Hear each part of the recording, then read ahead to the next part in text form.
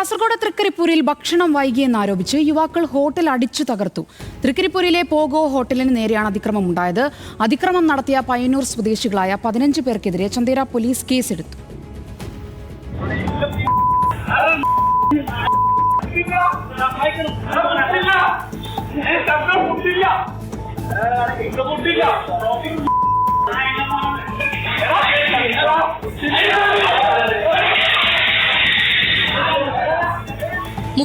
തീയതി രാത്രി ഭക്ഷണം കഴിക്കാനെത്തിയ യുവാക്കൾ ഫ്രൈഡ് ചിക്കനാണ് ഓർഡർ ചെയ്തത്.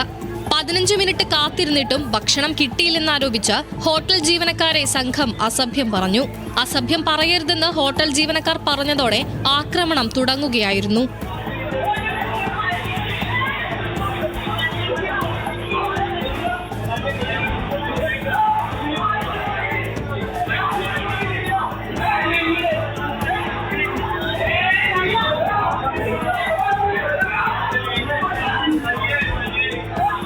അതിക്രമം അതിരുവിട്ടതോടെ ഹോട്ടലുടമ ചന്തേര പോലീസിൽ വിവരമറിയിച്ചു. ഉടൻ തന്നെ പോലീസ് സ്ഥലത്തെത്തി അക്രമം നടത്തിയ 4 യുവാക്കളെ കസ്റ്റഡിയിലെടുത്തു. സ്റ്റേഷനിലെത്തി അരമണിക്കൂറിന് ശേഷം 4 പേരെയും പോലീസ് പറഞ്ഞുവിട്ടു. എന്നാൽ പുറത്തുപോയ 4 അംഗ സംഘം കൂടുതൽ ആളുകളെയും കൂട്ടി പോഗോ ഹോട്ടൽ ആക്രമിക്കുകയായിരുന്നു. ഹോട്ടലിലെ ചില്ലുകളും പാചക ഉപകരണങ്ങളും അക്രമി സംഘം നശിപ്പിച്ചു. സംഭവത്തിൽ 15 അംഗ സംഘത്തിനെതിരെ പോലീസ് കേസെടുത്ത് അന്വേഷണം നടത്തുകയാണ്.